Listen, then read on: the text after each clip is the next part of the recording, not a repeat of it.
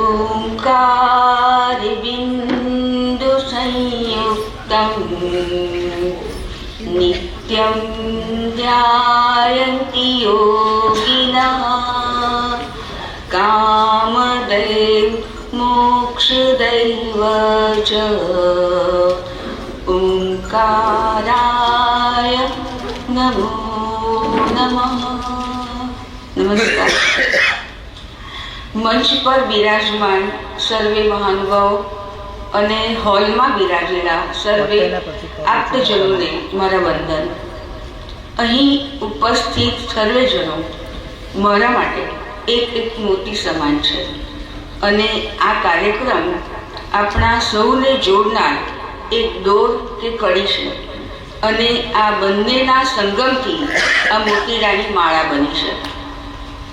મોતીડા ભક્તિ ગીતોની રચના થયા બાદ એને છપાવવા લાયક પુસ્તક બનાવવું, પુસ્તકનું પ્રિન્ટિંગ કાર્ય, પુસ્તક વિશે પ્રસ્તાવના લખવી અને આજે લોકાર્પણ સુધીની સફર અને ત્યારબાદ એ ગીતોને સુમધુર સ્વરમાં પ્રસ્તુત કરવા, આ સમગ્ર ભક્તિ યાત્રામાં જેણે જેણે પોતાના તન, મન, ધન અને સમયનું યોગદાન આપ્યું છે તે સર્વને હું નતમસ્તક વંદન કરું છું।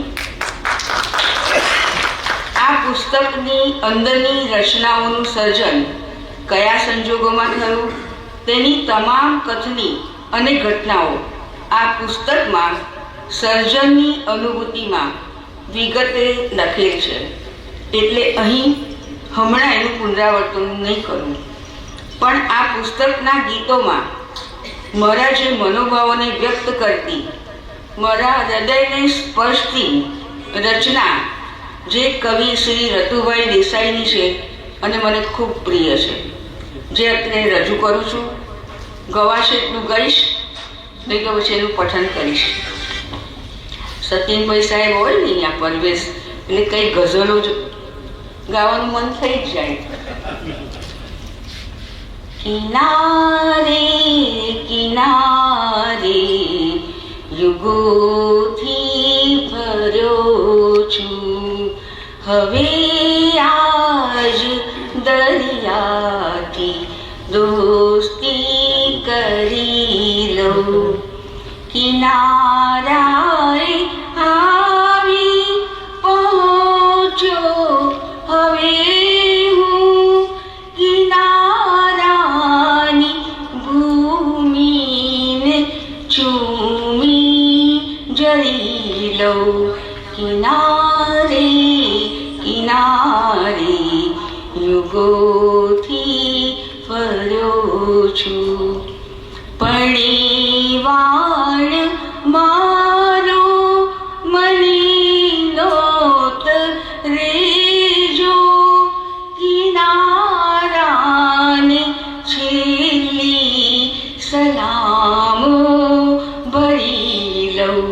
કિનારે કિનારે યુગોથી ફર્યો છું, બધો માલ અસબાબ સિક્કા ખજાના અહીંના અહીં હું વિસર્જન કરી લઉં।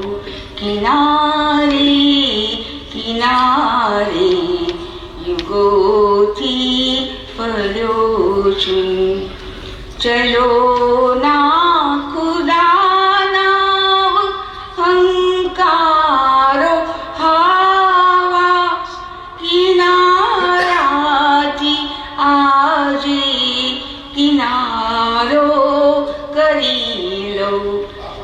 કિનારે કિનારે યુગોથી ફર્યો છું, જીગર જાન દોસ્તો અજીજો ઓ મારા, જરામ આવો ડુમો હું ભરી લઉં।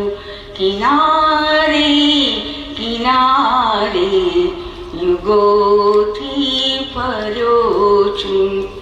હવે જાઉં મિલને રહીમના કરીમના, હરફ બેક બિસ્મિલ જરી ઉચરી લઉં.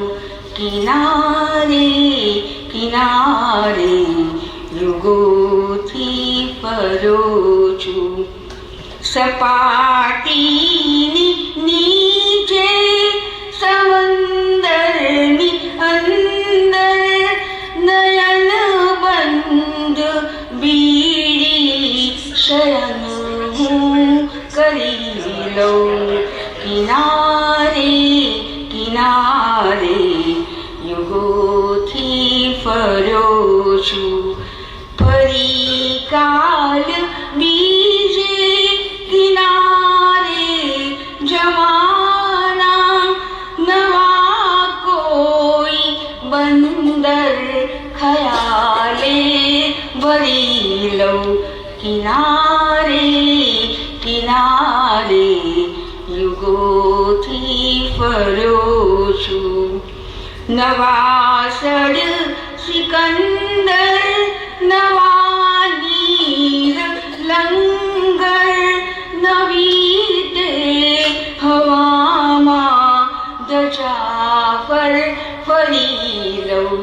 કિનારે કિનારે યુગોથી ફર્યો છું. હવે આજ દરિયાથી દોસ્તી કરી લઉં.